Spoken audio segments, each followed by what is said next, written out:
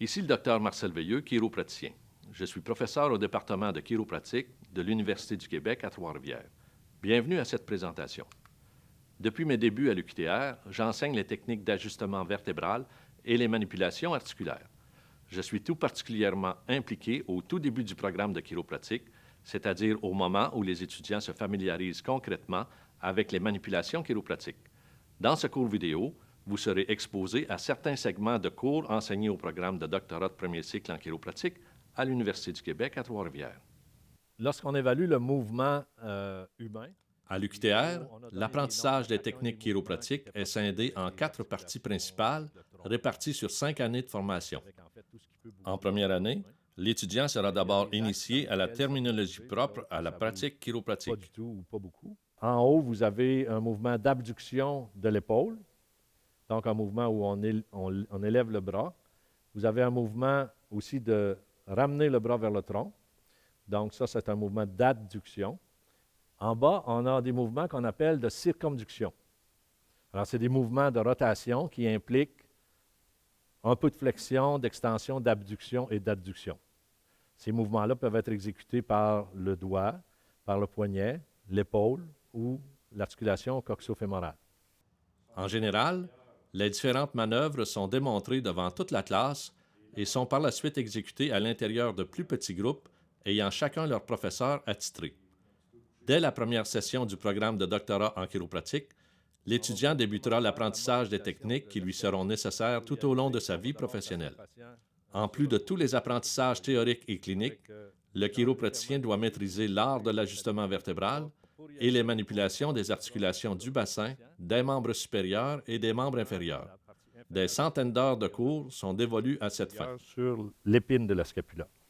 On glisse la scapula vers le haut comme ça, vers le bas, vers l'intérieur et vers l'extérieur,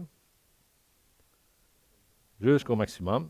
Et par la suite, on peut évaluer le mouvement de rotation externe en amenant le bras vers le haut comme ça, et de rotation interne en amenant le bras vers le bas comme ça. Et ça complète l'étude de mobilisation de la scapula. Alors là, Eva, je vais te montrer comment on fait pour trouver les différents segments du haut de la colonne vertébrale dorsale. Premièrement, on trouve nos points de repère. Le premier point de repère est le plus facile. Ça va être le point de repère de la troisième vertèbre dorsale qu'on trouve vis-à-vis les épines de la scapula. Donc, on trace une ligne entre les deux épines de la scapula, une ligne horizontale, et ça nous mène au processus épineux de la troisième vertèbre dorsale. On peut compter à partir de la troisième, donc trouver la deuxième et la première vertèbre dorsale et aller vers le bas en comptant 4, 5, 6, etc., jusqu'à 12.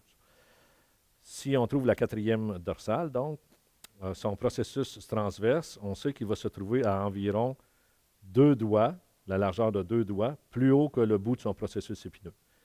Là, ce que j'aimerais que tu fasses, j'ai trouvé ces points-là sur la quatrième dorsale. J'aimerais que tu me répètes exactement ça. On va juste te regarder faire et tu n'as pas besoin de rien dire, juste à le faire, puis on va évaluer de quelle façon tu t'en sors. Vas-y. L'étudiant se familiarisera avec la localisation de repères anatomiques précis, cela afin d'être en mesure d'exécuter parfaitement le mouvement nécessaire à la correction recherchée. C'est excellent.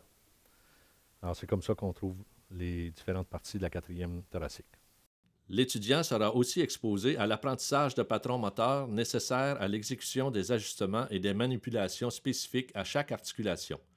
Pour ce faire, différentes méthodes pourront être utilisées, comme par exemple la rétroaction verbale et visuelle, la chorégraphie des chaînes de mouvements à exécuter en situation réelle et la rétroaction objective et quantifiée.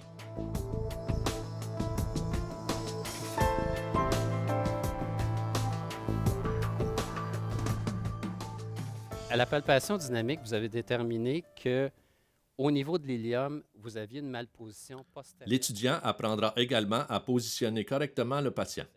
Au préalable, il doit donc très bien connaître l'aspect normal de la posture du tronc et des membres. La palpation et les tests articulaires sont des outils indispensables à l'expression de son art. C'est le au neutre. Au neutre, ça veut dire qu'elle est sur son épaule comme ça, un genou plié, la jambe qui est en dessous bien droite, et c'est de chercher à avoir une colonne et un bassin qui est dans la même ligne ici.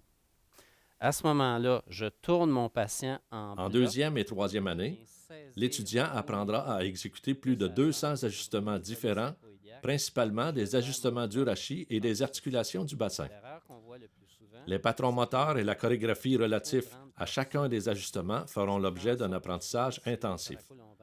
Une attention toute particulière sera portée à la maîtrise de la vitesse, de la force et de la quantité de mouvement pour chaque ajustement spécifique. L'étudiant devra aussi prendre conscience de l'importance d'adapter ses paramètres en fonction du patient et de sa condition clinique particulière.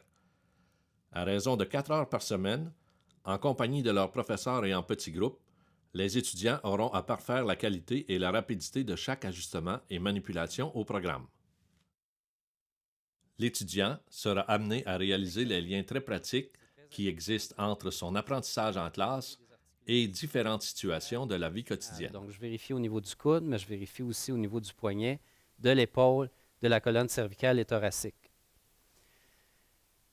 Une chose qui est très importante, c'est lors de l'anamnèse, on doit demander aux patients qu'est-ce qu'ils font dans la vie comme activité et qu'est-ce qu'ils font comme activité récréative.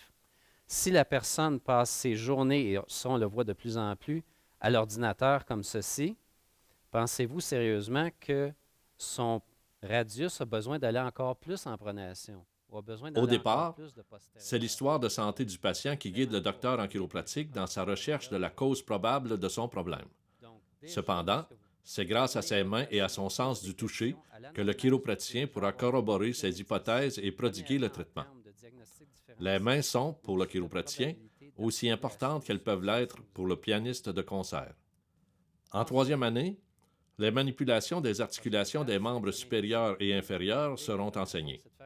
L'épaule, le coude, le poignet, la hanche, le genou et la cheville feront tous l'objet d'un apprentissage spécifique de techniques de manipulation visant à corriger les dysfonctions qui peuvent les affecter.